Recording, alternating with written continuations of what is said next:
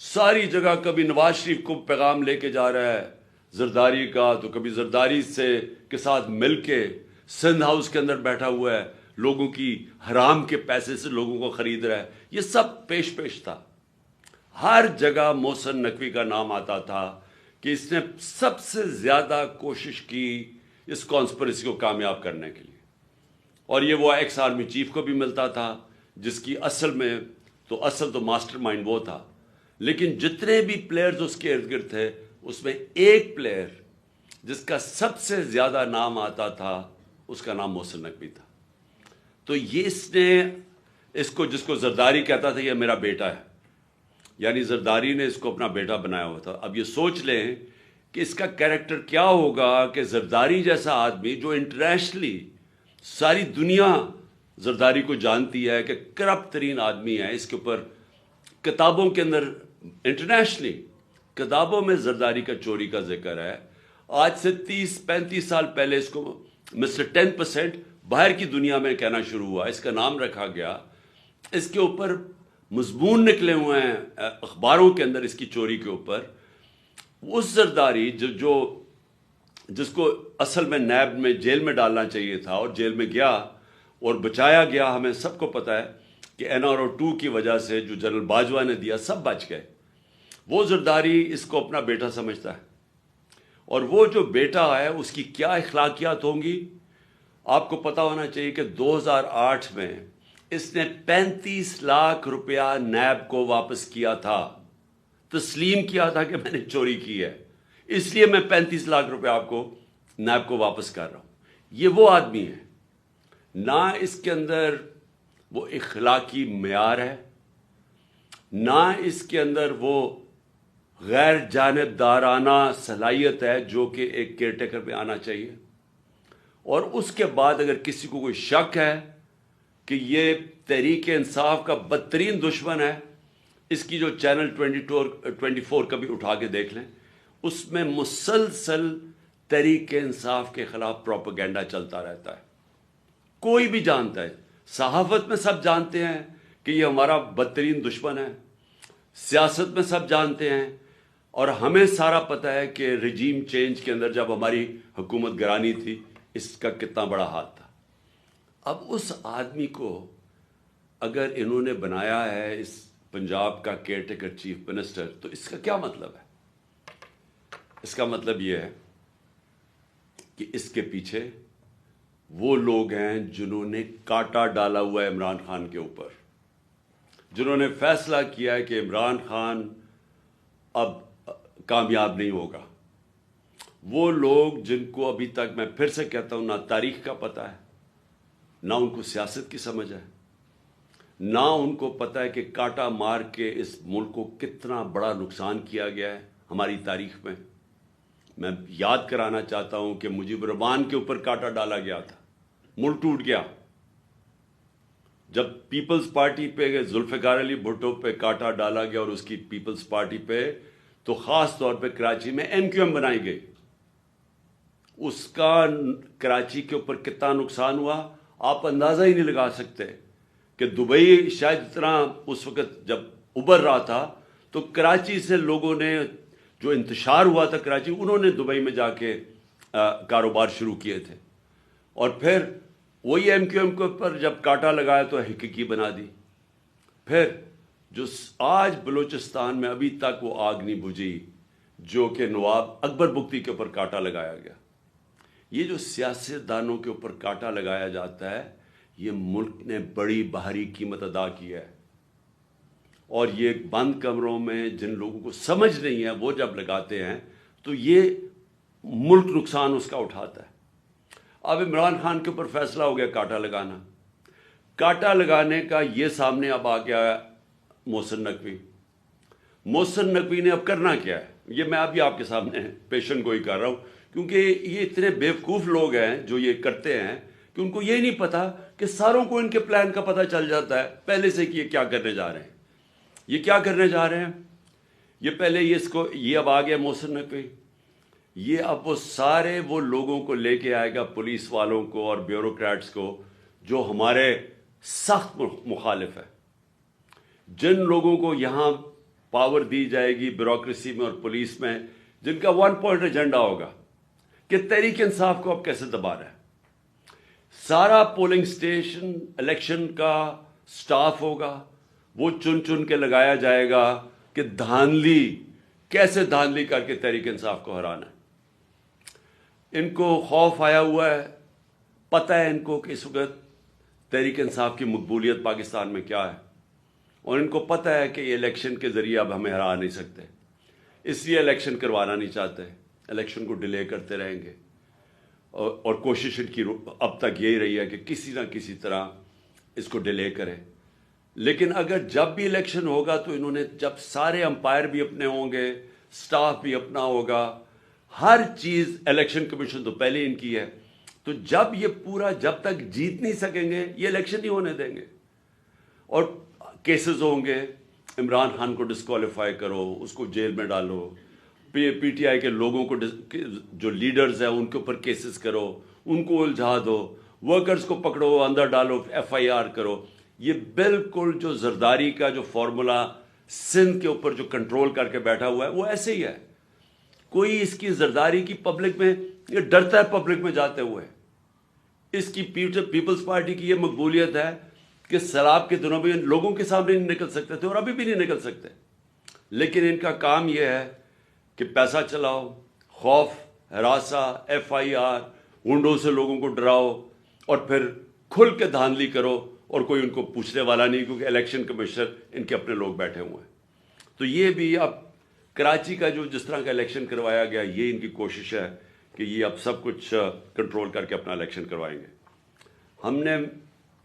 میں ویسے آپ کو بتا دوں، ہم نے پوری اپنی کوشش کی، ہم نے یہ کوشش کی کہ ہمارا ملک مشکل، جب ہماری گورنمنٹ گرائی گئی تو ہم نے کوشش کی کہ ہم ہر طرح اپنے ملک میں انتشار نہ ہونے دیں۔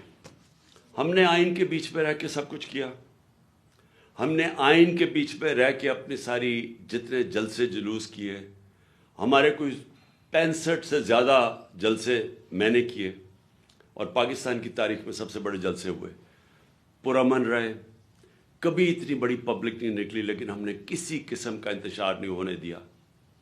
2 دفعہ ہم نے مارچز کی، لانگ مارچ، ایک دفعہ 25 مئی کو انہوں نے ہمارے اوپر شدید ظلم کیا، اور ہمیں ہے کہ اب خوف ہے کہ ابھی وہی لوگوں کو جنہوں نے ظلم کیا تھا ان کو پھر واپس پنجاب میں لے کے آئیں گے۔ انہوں نے ہمارے پہ ظلم کیا، انتشار کیا، اور اگر میں 26 کی صبح کو لانگ مارچ نہ ختم کرتا تو ہم سب کو پتا تھا کہ خون خرابہ ہوگا، اس کی وجہ سے ہم پیچھے ہٹ گئے۔ پھر ہم 26 نومبر کو نکلے، جب ہم پنڈی میں گئے، لاکھوں لوگ تھے، اب صرف اور صرف یہ کرنا تھا کہ ہم اسلام آباد کی طرف نکل جاتے تو انتشار شروع ہو جانا تھا، گورنمنٹ سنبھال ہی نہیں سکتی تھی اتنی پبلک کو۔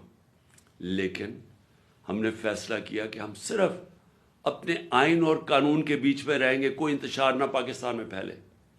اس کے بعد اپنی گورنمنٹس ہم نے گرائی۔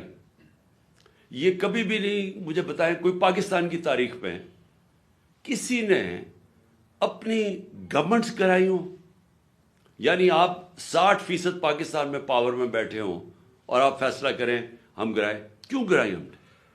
کیونکہ میرا یہ ایمان ہے، میری ساری عقل مجھے بتا رہی ہے کہ اگر اس ملک میں صاف اور شفاف الیکشن نہ ہوئے، یہ ملک ادھر جا رہا ہے جو ہم سب کے ہاتھ سے نکل جائے گا۔ مجھے خوف یہ ہے کہ یہ سری لنکا کی طرح یہاں سڑکوں پر انتشار ہوگا، بالکل اس طرف پاکستان جا رہا ہے۔ کبھی پاکستان کی تاریخ میں ایسی معاشی حالات نہیں تھے جو آج ہیں۔ اور معاشی حالات کیوں ہیں؟ کیونکہ ان چوروں کو اوپر بٹھا دیا جو 30 سال سے اس ملک کو لوٹ رہے تھے۔ ان کے 30 سالوں میں پہلے ہندوستان آگے نکلا پاکستان سے، پھر بنگلہ دیش نکلا، تو ان کے پاس تو کبھی بھی وہ صلاحیت نہیں تھی جن لوگوں نے ملک کو پہلے معیشت تباہ کی ہو، کیونکہ بینکرپٹ تھا پاکستان 2018 میں جب ہماری حکومت آئی ہے۔ ادھر سے ہم نے اٹھائی حکومت، اور انہوں نے آتے ساتھ ہی اپنے کیسز معاف کروائے، اربوں روپے کے کرپشن کیسز معاف، گورنمنٹ نیچے لے آئے۔ آج ہمارا ملک ادھر کھڑا ہے جدھر پاکستان کی تاریخ میں کبھی اتنے مشکل معاشی حالات نہیں تھے جو آج پاکستانیوں کے ہیں. اس لیے ہم نے کوشش کی کہ کوئی انتشار نہ ہو. اس لیے ہر جگہ ہم آئین کے بیچ میں رہے, اور ہم نے اپنی گورنمنٹ سے اس لیے گرائی کہ ہم نے کہا کہ الیکشن کی طرف جائیں گے. کیونکہ کسی نے بھی اگر ملک کو اس دلدل سے نکالنا ہے, پہلی چیز صاف اور شفاف الیکشن ہے. اب یہ جو انہوں نے کر دیا ہے, اس سے تو صاف اور شفاف الیکشن نہیں ہونے لگے, اس سے تو ملک میں انتشار ہونے لگا ہے. یہ جو کرنے جا رہے ہیں, اگر ان کا خیال ہے کہ ان الیکشن سے ملک کو فائدہ ہوگا, ایک پارٹی کو اور ایک پارٹی کے چیئرمین کو باہر کرتے کرتے یہ ملک کو وہ نقصان پہنچانے لگے ہیں کہ مجھے خوف آ رہا ہے کہ یہ جس طرح ایسٹ پاکستان علیحدہ ہوا تھا وہ اس طرح کا نقصان نہ پہنچا دیں. تھوڑے سے چوروں کو جن کی ساری دولت اور پیسہ پاکستان سے باہر ہے, جن کا سٹیک ہی پاکستان میں نہیں ہے, جن کے بچے جائیداد, علاج, پراپرٹیز, بزنسز اربوں اربوں ڈالر کی اس ملک سے چوری کر کے جو باہر لے گئے ہیں, ان کو کیا فرق پڑے گا اگر پاکستان نیچے جاتا ہے؟ فرق تو ہم لوگوں کو پڑے گا جن کا جینا مرنا یہاں ہے, جن کی کوئی باہر پراپرٹی نہیں ہے, جنہوں نے باہر کمایا بھی تھا تو سب کچھ آج اپنے ملک میں ہے. نقصان تو ان کو ہوگا, اور یہ اس طرف لے کے جا رہے ہیں پاکستان کو. ہم کوشش کر رہے ہیں کہ کسی طرح اس ملک کو نکالیں اس مشکل سے, یہ مزید اس طرف پاکستان کو دھکیل رہے ہیں. اور یہ وہ چیزیں کر رہے ہیں جو یہ سمجھتے نہیں ہے کہ قوم بدل چکی ہے, یہ سمجھتے نہیں ہیں یہ سوشل میڈیا کا زمانہ ہے, یہ سمجھتے نہیں ہیں کہ شعور کتنا آ گیا لوگوں کے اوپر. اس لیے میں آج اپنی ساری قوم کو کہنا چاہتا ہوں کہ یہ جو تباہی کا راستہ ہے, یہ تباہی کا راستہ ہر اس پاکستانی جس کا جینا مرنا پاکستان میں ہے, اس سے بچانے کے لیے آپ سب کو پرامن طریقے سے احتجاج کرنا پڑے گا. یہ آپ کا سب کا آئینی حق ہے, یہ آپ کا انسانی حق ہے, ہیومن رائٹ ہے آپ کا, کہ جب آپ دیکھ رہے ہیں ملک میں اس طرح کی ظلم اور ناانصافی, اس طرح کے لوگ جن لوگوں کو جیلوں میں ہونا چاہیے جو اوپر آ کے بیٹھ جائیں, اور جب آپ واضح طور پہ دیکھ رہے ہیں کہ قوم امر بالمعروف سے اٹھ گئی ہے, اللہ کا حکم ہے کہ اچھائی کے ساتھ کھڑے ہو, یہ سارے وہ لوگ, یہ جو آدمی 35 لاکھ روپیہ چوری کر کے جو واپس دے کے آیا ہے نیب کو, وہ اس پنجاب کا چیف منسٹر بنے گا, اور اوپر سارا کرپٹ ٹولہ سینٹر میں بیٹھا ہوا ہے, 60% کیبنٹ ضمانت پہ ہے کرپشن پہ. اگر ہم اپنی آواز اپنی بلند کریں گے تو ہمارے لیے آگے مزید اور مشکلات آ رہی ہیں سامنے. اپنے آپ کو, اپنے ملک کو, اپنے بچوں کے مستقبل کو بچانے کے لیے میں کل مظاہرہ شروع کر رہا ہوں. میں نے کہا ہے کہ بھئی مظاہرہ کریں, ہم پرامن احتجاج کریں. یہ جو الیکشن کمیشن ہے یہ محسن نقوی کو لے کے آیا ہے, ہم لاہور میں احتجاج کریں گے. اس کے بعد اگلے دن پنڈی میں احتجاج ہوگا بدھ کو. اس کے بعد ہم فیصل آباد میں احتجاج کریں گے, ہم ملتان میں احتجاج کریں گے. ہمارے ہر روز پاکستان کے مختلف شہروں میں احتجاج شروع ہوں گے. ہم بالکل اس آدمی کو تسلیم نہیں کرتے. ہم بالکل اس الیکشن کمیشن کو, جس نے اس طرح کے آدمی کو لے کے آیا ہے, ہم الیکشن کمیشن کو ہم سمجھتے ہیں کہ ان سے زیادہ اس ملک کو نقصان کسی نے نہیں پہنچایا جو الیکشن کمیشن پہنچا رہی ہے, اور اس کو چیف منسٹر بنا کے اس سے بھی بڑا نقصان پہنچایا ہے. ہم عدالت میں بھی جا رہے ہیں.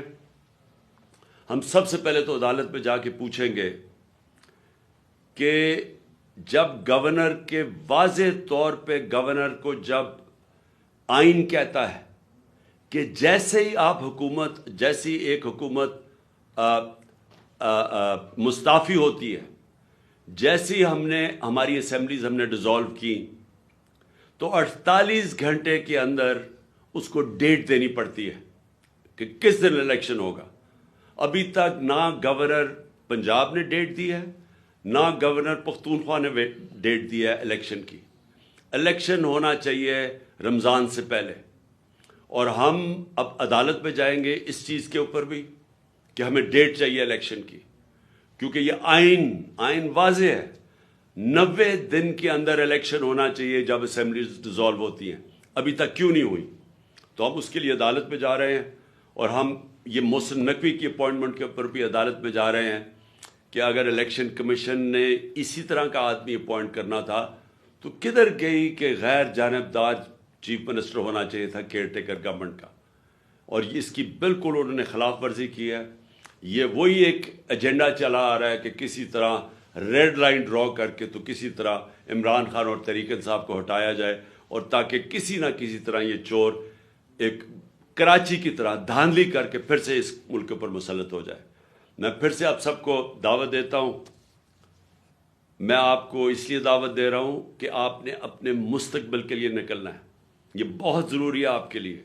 اس طرح کے لوگ آپ کے اوپر مسلط ہو گئے، یا ملک میں الیکشن سے کوئی فائدہ نہیں بلکہ اب نقصان ہونے جا رہا ہے، اور آپ کو نکلنا چاہیے اس لیے کہ اگر ہم یہ تسلیم کر جاتے ہیں، یہ ناانصافی، ہم ایک ایسے آدمی کو تسلیم کر جاتے ہیں جو ایجنڈا کے اوپر آیا ہوا ہے، جو آصف زرداری خود کہتا ہے میرا بیٹا ہے، یہ اس کا بیٹا، اور یہ پی ڈی ایم کے ساتھ مل کے جس نے ہماری حکومت سازش کر کے گرائی تھی، اگر یہ آ کے بیٹھ جاتا ہے اور ہم چپ کر کے تسلیم کر لیتے ہیں تو ہمارے میں اور بھیڑ بکریوں میں کوئی فرق نہیں ہوگا۔